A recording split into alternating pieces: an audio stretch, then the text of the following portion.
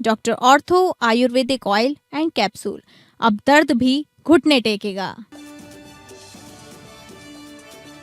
दिल्ली और देहरादून की दूरी होगी कम। दिल्ली देहरादून एक्सप्रेसवे का फरवरी 2026 में होगा उद्घाटन। मुख्यमंत्री पुष्कर सिंह धामी का बयान।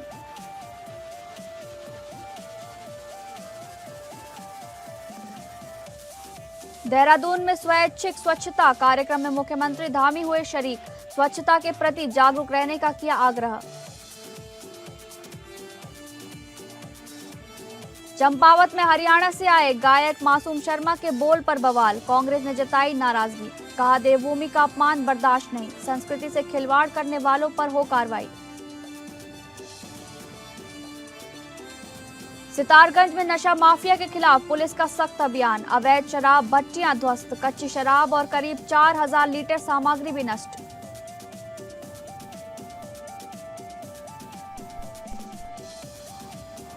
नमस्कार, आप सभी का स्वागत है उत्तराखंड न्यूज में। मैं हूं आपके साथ शालिनी राणा। शुरुआत करेंगे उत्तराखंड से जुड़ी खबरों की। दिल्ली देहरादून एक्सप्रेसवे का उद्घाटन जल्द ही होने वाला है, जिससे दिल्ली और देहरादून के बीच यात्रा का समय घटकर 2.5 घंटे रह जाएगा। वर्तमान में ये यात्रा लगभग 5-6 घंटे लेती है। उत्तराखंड के मुख्यमंत्री पुष्कर सिंह धामी ने कहा कि एक्सप्रेसवे न केवल पर्यटन और उद्योग को बढ़ावा देगा, बल्कि किसानों और स्थानीय लोगों के लिए भी यात्रा को आसान बनाएगा। इस एक्सप्रेसवे के खुलने से न केवल पर्यटन और उद्योग को बढ़ावा मिलेगा, बल्कि किसानों और स्थानीय लोगों के लिए भी यात्रा आसान हो जाएगी। दिल्ली देहरादून एक्सप्रेसवे की कुल लंबाई 210 किलोमीटर है और इसकी लागत 11 करोड़ 869 लाख है। ये एक्सप्रेसवे 4 चरणों में पूरा होगा और इसके खुलने से दिल्ली एनसीआर में यातायात का दबाव कम होगा। ये एक्सप्रेसवे शुरू होने के बाद न सिर्फ दिल्ली एनसीआर में ट्रैफिक का दबाव कम करेगा, बल्कि उत्तराखंड तक की यात्रा को भी कहीं ज़्यादा तेज और आसान बना देगा। National highway authority of India द्वारा बनाए जा रहे इस प्रोजेक्ट को अब अंतिम चरण में बताया जा रहा है। दिल्ली देहरादून एक्सप्रेसवे की शुरुआत दिल्ली के अक्षरधाम मंदिर से होगी। ये एक्सप्रेसवे उत्तर प्रदेश के बागपत, बोरात, मुजफ्फरनगर, शामली और सहारनपुर से होते हुए उत्तराखंड की राजधानी देहरादून तक पहुंचेगा। इस रूट के जरिए दिल्ली और उत्तराखंड के बीच सीधा और नियंत्रित एक्सेस वाला हाईवे मिलेगा, जिससे बीच के कई शहरों में जाम की समस्या भी कम होने की उम्मीद है। केंद्रीय सड़क परिवहन और राजमार्ग मंत्री नितिन गडकरी ने राज्यसभा में लिखित जवाब में इस प्रोजेक्ट की स्थिति साफ की है। उन्होंने बताया कि 210 किलोमीटर लंबे 6 लेन वाले इस एक्सप्रेसवे कंट्रोल्ड ग्रीनफील्ड एक्सप्रेसवे का काम काफी पूरा हो चुका है। संशोधित समय सीमा के अनुसार इसे जल्द ही खोला जाएगा। इस बार बहुत ऐतिहासिक क्षण है कि देहरादून से दिल्ली जाने वालों के लिए समय बहुत कम होने वाला है। एक्सप्रेस वे देहरादून दिल्ली, दिल्ली देहरादून, उसको जनता को समर्पित करने वाले हैं। उसका लोकार्पण होने वाला है, उद्घाटन होने वाला है और उस सड़क के एक्सप्रेस वे के उद्घाटन के बाद दिल्ली से देहरादून और देहरादून से दिल्ली जाने का समय 2 से 2.5 घंटे का होने वाला है। ये हमारे राज्य के लिए बहुत बड़ी उपलब्धि है। बहुत आसानी होने वाली है, किसानों को भी आसानी होने वाली है, यहाँ के आम नागरिकों को बहुत आसानी होने वाली है, व्यापारियों को, साथ में पर्यटन के लिए आने वाले लोगों के लिए भी, अपने कामों के लिए जाने वालों के लिए भी। तो हर दृष्टि से बहुत सुविधाजनक ये सड़क होने वाली है। मुख्यमंत्री पुष्कर सिंह धामी ने देहरादून नगर निगम द्वारा बल्लूपुर चौक पर आयोजित स्वैच्छिक स्वच्छता कार्यक्रम में भाग लिया और राज्य के निवासियों से स्वच्छता के प्रति जागरूक रहने का आग्रह किया। इस अवसर पर मुख्यमंत्री स्वयं सफाई अभियान में शामिल हुए और आम जनता को स्वच्छ वातावरण बनाए रखने के लिए प्रेरित किया। उन्होंने कहा कि स्वच्छता केवल सरकारी प्रयासों से संभव नहीं है, बल्कि इस दिशा में जन भागीदारी अत्यंत आवश्यक है। स्वच्छता हमारे जीवन का अभिन्न अंग होनी चाहिए। जब तक प्रत्येक नागरिक इस दिशा में स्वेच्छा से योगदान नहीं देगा, तब तक स्थायी परिवर्तन संभव नहीं होगा। हमें अपने घरों, मोहल्लों और शहरों को स्वच्छ रखने की जिम्मेदारी स्वयं लेनी होगी।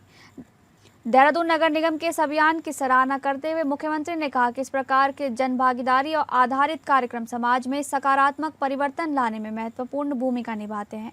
स्वच्छता के प्रति जागरूकता बनाए रखने के लिए ऐसे अभियान नियमित रूप से आयोजित किए जाने चाहिए। नगर निगम द्वारा 7 अप्रैल से 13 अप्रैल 2026 तक चलाए जा रहे इस विशेष सफाई अभियान का उद्देश्य शहर को स्वच्छ, सुंदर और स्वस्थ बनाना है। इस अभियान के अंतर्गत विभिन्न वार्डों में सफाई, कचरा निपटान और जन जागरूकता कार्यक्रम आयोजित किए गए।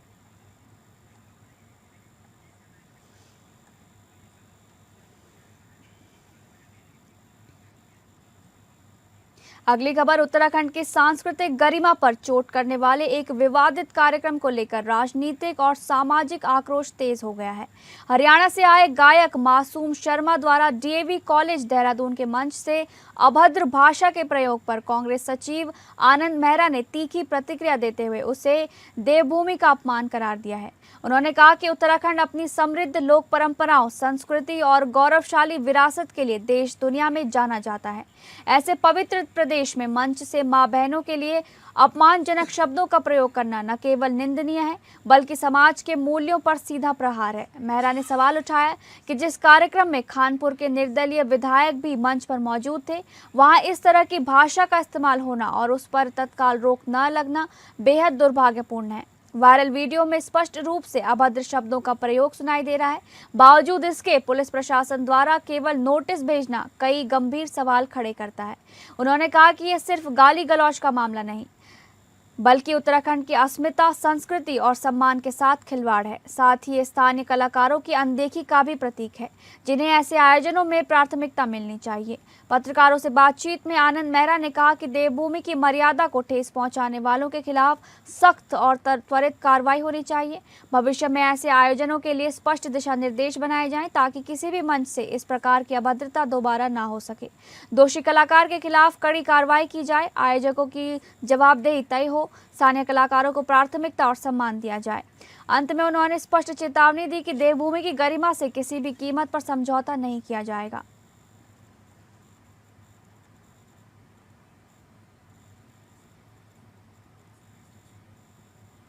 अपनी 3 सूत्रीय मांगों को लेकर पिछले 1 सप्ताह से आंदोलनरत आंगनबाड़ी कार्यकर्ताओं का गुस्सा अब खुलकर सामने आने लगा है। उपजिलाधिकारी कार्यालय परिसर से हटाए जाने के बाद उन्हें जो धरना स्थल दिया गया वह रोड़ी, बजरी और धूल मिट्टी से भरा होने के कारण उनके लिए असुविधाजनक साबित हुआ। इससे आक्रोशित कार्यकर्ताओं ने रविवार को ऋषेश्वर महादेव मंदिर जाने वाले मार्ग पर ही बैनर लगाकर दिन भर धरना प्रदर्शन किया। आंगनबाड़ी संगठन की ब्लॉक अध्यक्ष कविता पंत ने नाराजगी जताते हुए कहा कि एक ओर शासन महिला सशक्तिकरण की बातें करता है, वहीं दूसरी ओर महिलाओं के साथ इस तरह का व्यवहार किया जा रहा है जो बेहद अपमानजनक है। उन्होंने कहा कि स्थिति में कार्यकर्ताएं खुद को असहाय महसूस कर रही हैं। आंदोलन में शामिल माया राय, बसंती, दीपा राय, दमयंती, शकुंतला समेत अन्य कार्यकर्ताओं ने चेतावनी दी कि यदि उनके लिए सम्मानजनक और उचित धरना स्थल की व्यवस्था नहीं की गई तो वे मुख्य राष्ट्रीय राजमार्ग पर उतरकर आंदोलन करने को बाध्य होंगी। उधर चंपावत में भी आंगनबाड़ी कार्यकर्ताओं का आंदोलन लगातार जारी है। जिला अध्यक्ष मीना बोरा ने कहा कि सरकार द्वारा उनकी मांगों की लगातार अनदेखी किए जाने से कार्यकर्ताओं में भारी आक्रोश है। उन्होंने जनप्रतिनिधियों और सामाजिक संगठनों से अपील की कि वे उनकी मांगों के समर्थन में आगे आकर सरकार पर दबाव बनाएं। हम एक हैं, जोर जुल्म की टक्कर में संघर्ष हमारा नारा है। जोर जुल्म की टक्कर में संघर्ष हमारा नारा है। हम अपना अधिकार मांगते नहीं किसी से भीख मांगते। हम अपना अधिकार मांगते नहीं किसी से भीख मांगते। बंद करो, बंद करो महिला शोषण, बंद करो, बंद करो, बंद करो महिला शोषण, बंद करो। लोहाघाट में आयोजित निशुल्क चिकित्सा शिविर को क्षेत्रवासियों का जबरदस्त प्रतिसाद मिला। रविवार को आयोजित शिविर में सैकड़ों लोगों ने पहुंचकर स्वास्थ्य जांच, परामर्श और उपचार का लाभ उठाया। नगर पालिका परिषद लोहाघाट के अध्यक्ष गोविंद वर्मा की पहल पर आयोजित शिविर में विभिन्न रोगों के विशेषज्ञ डॉक्टरों की टीम ने मरीजों का परीक्षण किया और उन्हें उचित परामर्श दिया। आयुष्मान कार्ड और ECHS से जुड़े मरीजों को भी निःशुल्क इलाज की सुविधा प्रदान की गई। शिविर में बाल रोग, स्त्री और प्रसूति रोग, न्यूरोसर्जरी, मूत्र रोग, हड्डी एवं जोड़ रोग तथा नाक, कान, गला सहित कई विभागों के विशेषज्ञ मौजूद रहे। साथ ही ECG, BP व अन्य जरूरी जांचें भी मौके पर ही की गईं और दवाइयां निःशुल्क वितरित की गईं। मरीजों की लंबी कतारें इस बात का प्रमाण थी कि क्षेत्र में इस तरह के स्वास्थ्य शिविरों की कितनी आवश्यकता है। स्थानीय लोगों ने आयोजन की सराहना करते हुए नगर पालिका अध्यक्ष के प्रयासों को सराहा और भविष्य में भी ऐसे शिविर आयोजित करने की मांग की।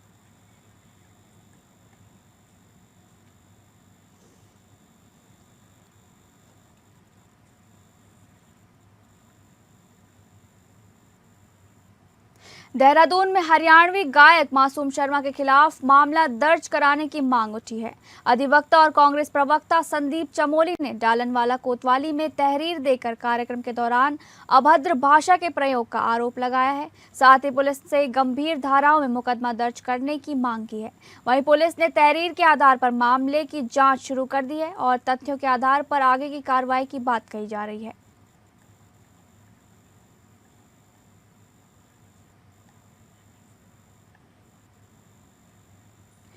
उत्तराखंड राज्य आंदोलन के दौरान 2 सितंबर 1994 को मसूरी में पुलिस फायरिंग के दौरान शहीद हुए डीएसपी उमाकांत त्रिपाठी को शहीद का दर्जा दिया जा चुका है। ये जानकारी केंद्रीय गृह मंत्रालय द्वारा 1995 में दी गई थी, लेकिन 32 साल बाद भी प्रशासन ने इसकी जानकारी नहीं दी।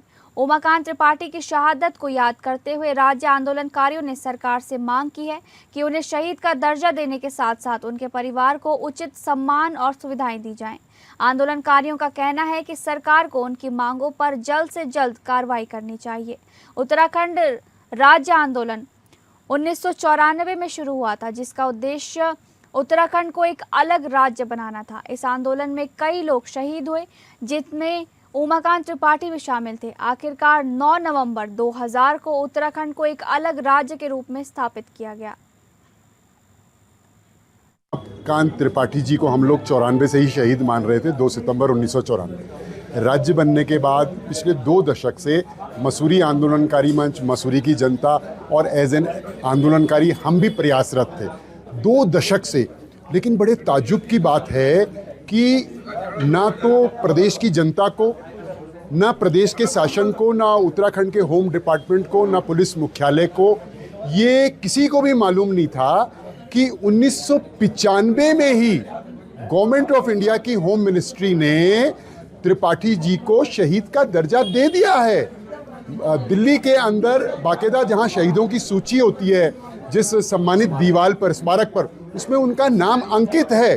और तो और त्रिपाठी जी के जो परिजन हैं, उनकी मैडम हैं, उनकी श्रीमती जी हैं, श्रीमती यशोदा त्रिपाठी जी, और उनके 2 बच्चे हैं, उनको तक ये नहीं मालूम था, फैमिली मेंबर्स को, कि त्रिपाठी जी को शहीद का दर्जा मिल चुका है। उधम सिंह नगर के संपतपुर गांव में लंबे समय से बनी जल निकासी की समस्या के समाधान की दिशा में बड़ा कदम उठाया गया है। जिला पंचायत सदस्य सुषमा हलदार पत्नी सुखदेव हलदार के प्रयासों से गांव में नाला निर्माण कार्य का विधिवत शुभारंभ किया गया। कार्यक्रम में पूर्व विधायक राजकुमार ठुकराल, ग्राम प्रधान, बीडीसी सदस्य एवं बड़ी संख्या में ग्रामीण मौजूद रहे। पूर्व विधायक राजकुमार ठुकराल व जिला पंचायत सदस्य प्रतिनिधि ने फीता काटकर और नारियल फोड़कर कार्य की शुरुआत की। इस नाला निर्माण के लिए लगभग 9 लाख रुपए का बजट स्वीकृत किया गया है, जिससे गांव में जल भराव की समस्या से राहत मिलने की उम्मीद है। इस अवसर पर पूर्व विधायक राजकुमार ठुकराल ने आगामी विधानसभा चुनाव को लेकर जनता के बीच अपनी बात रखी और क्षेत्र में विकास कार्यों को तेज करने का भरोसा दिलाया। वहीं सुखदेव हलदार ने बताया कि अब तक करीब 10 गाँवों में विकास कार्य कराए जा चुके हैं और आगे भी लगातार विकास कार्य जारी रहेंगे। देखिए, आप देख सकते हैं, सबसे पहले आपके चैनल के माध्यम से आपके जितने भी दर्शक हैं उसको मैं बहुत बहुत धन्यवाद करना चाहूंगा। साथ ही बहुत ही भारी संख्या में यहाँ पे पूरे ग्रामीण इकट्ठा हुए हैं। जिस तरीके से उत्साह मेरे को देखने को मिल रहा है और बहुत खुश है, क्योंकि लंबे समय से ये नाले की मांग थी और लंबे समय से कोई नेता ना विधायक इस पे ना कोई सूद लिया। आज मैंने जो वादा किया था इस गाँव के लिए, वो मेरा जो सपना था वो सपना आज पूरा होने जा रहा है और गाँव वालों को ये सौगात मैं देने जा रहा हूँ। देखिए, ये आशीर्वाद है हमारे श्री जिला अध्यक्ष जी अजय मौर्य जी से। मेरा बहुत ही नजदीकी रिश्ता है उनसे और उनके सहयोग और आशीर्वाद से भी ये सारा पॉसिबल हो पा रहा है। आज 9 लाख के बजट से मजबूत नाले का निर्माण यहाँ पे होने जा रहा है और ये मेरा 8वां इनॉग्रेशन जो है होने जा रहा है। सितारगंज में नशे के खिलाफ पुलिस ने सख्त अभियान चलाते हुए बड़ी कार्रवाई की है। अजय गणपति के निर्देशन और प्रभारी निरीक्षक सितारगंज के नेतृत्व में पुलिस टीम लगातार अभियान चला रही है। इसी क्रम में कोतवाली सितारगंज के एसआई राकेश रैकोली समेत टीम ने गश्त के दौरान बाकुइया गोठा के जंगलों में छापेमारी की। इस दौरान अवैध रूप से बनाई जा रही कच्ची शराब के खिलाफ बड़ी कार्रवाई करते हुए आधा दर्जन से अधिक अवैध शराब भट्टियों को नष्ट कर दिया गया। पुलिस ने मौके पर भारी मात्रा में कच्ची शराब और करीब 4000 लीटर लाहन भी नष्ट किया।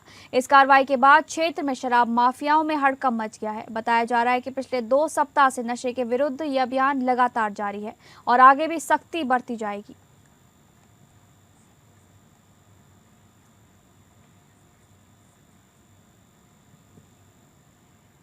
अगली खबर उत्तराखंड के उधम सिंह नगर जिले में प्रशासन ने तत्परता दिखाते हुए एक नाबालिग की शादी को समय रहते रुकवा दिया।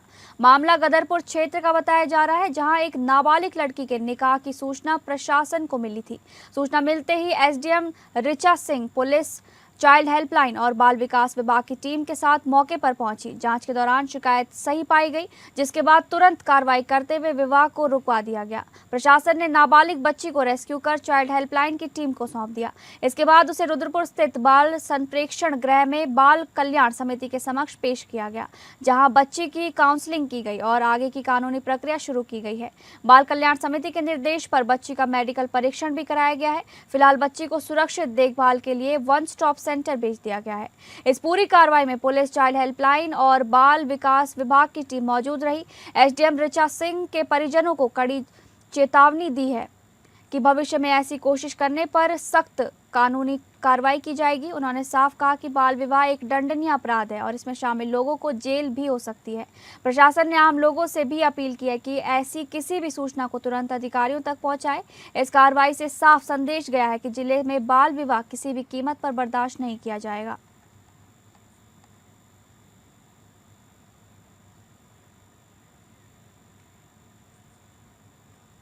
युवाओं को नशे से दूर रखने और उन्हें शारीरिक और मानसिक रूप से सशक्त बनाने के उद्देश्य से युवक मंगल दल राय नगर चौड़ी द्वारा आयोजित जय मां भगवती वॉलीबॉल प्रतियोगिता का समापन बेहद रोमांचक अंदाज में हुआ। फाइनल मुकाबले में चंपावत और रायनगर चौड़ी के बीच जबरदस्त टक्कर देखने को मिली, जिसमें चंपावत की टीम ने शानदार खेल का प्रदर्शन करते हुए खिताब अपने नाम किया, जबकि राय चौड़ी टीम उपविजेता रही।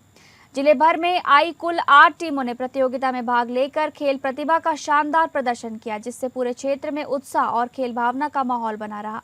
कार्यक्रम के दौरान युवक मंगल दल के अध्यक्ष नीरज राय और समिति के सदस्यों द्वारा विजेता और उपविजेता टीमों को ट्रॉफी और नगद पुरस्कार देकर सम्मानित किया गया। इस अवसर पर युवक मंगल दल ने ब्लॉक प्रमुख महेंद्र सिंह डेक के समक्ष खेलकूद और जिम उपकरणों की मांग रखी, जिस पर उन्होंने हर संभव सहयोग देने का आश्वासन दिया है। इस मौके पर गाँव के बुजुर्गों और युवाओं ने ब्लॉक प्रमुख महेंद्र सिंह डेक को शॉल उड़ाकर सम्मानित किया, जिससे कार्यक्रम का माहौल और भी गरिमामय हो गया। चारधाम यात्रा में तीर्थ यात्रियों को उचित मूल्य पर खाद्य सामग्री मिलेगी। खाद्य संरक्षा और औषधि प्रशासन ने यात्रा मार्ग पर पड़ने वाले सभी होटल, ढाबों और दुकानों के लिए एसओपी जारी कर दी है। अब हर दुकान पर रेट लिस्ट लगाना जरूरी होगा, साथ ही खाद्य लाइसेंस भी डिस्प्ले करना होगा। सरकार ने साफ किया कि तय रेट से ज्यादा वसूली करने वालों पर सख्त कार्रवाई होगी। विभाग की टीमें समय समय पर छापेमारी भी करेंगी, ताकि यात्रियों को कोई परेशानी न हो और देवभूमि से वे अच्छा संदेश लेकर जाएं। सभी दुकानदार अपने अपने दुकानों में खाद्य पदार्थ की पूरी डिटेल, उनके रेट इत्यादि चस्पा कर दें, साथ ही अपना लाइसेंस भी निर्गत करवा लें। नियमों का उल्लंघन करने वालों पर सख्त कार्रवाई की जाएगी। खाद्य संरक्षा एवं औषधि प्रशासन के एडिशनल कमिश्नर ताजवर सिंह जग्गी ने कहा कि यात्रा रूट पर पड़ने वाले सभी जिलों के अधिकारियों को निर्देश दे दिए गए हैं। कहीं पर भी अगर निर्धारित मूल्य से अधिक मूल्य पर खाद्य सामग्री बेची जा रही है तो शिकायत मिलने पर तुरंत कार्रवाई होगी। उनका प्रयास है कि तीर्थयात्रियों को कोई असुविधा ना हो। अभी हमने अपने जो मंडल के अधिकारी हैं डीसी, उनको आदेशित किया हुआ है, उनके नेतृत्व में टीम गठित की हुई है कि प्रत्येक जगह जाकर के, प्रत्येक जनपद में जाकर के जितने भी अपने फूड विक्रेता हैं उनके साथ पहले तो मीटिंग हमने शुरू कर रखी है और उनको सबको आदेशित किया हुआ है कि अपने रजिस्ट्रेशन और लाइसेंस वो प्रॉपर और प्रोमिनेंट जगह पर टाँकें, उसके रेट लिस्ट लगाएं और जितने भी लोग, जो भी यात्री हैं, उनको बिल्कुल उनके साथ जो उनको वो चाहते हैं कि जैसी सेवा वो कर दी जाए, क्योंकि यात्रा एक हमारे स्टेट के अंदर बाहर से लोग आते हैं और उनके साथ एक अच्छा व्यवहार रहे, उनके साथ अच्छा उनको भोजन उपलब्ध हो। इसके लिए हमने अपनी टीम को आदेशित किया हुआ है कि किसी भी प्रकार की कोई भी अप्रिय घटनाएं न घटित हो। फिलहाल उत्तराखंड न्यूज में बस इतना ही। नमस्कार।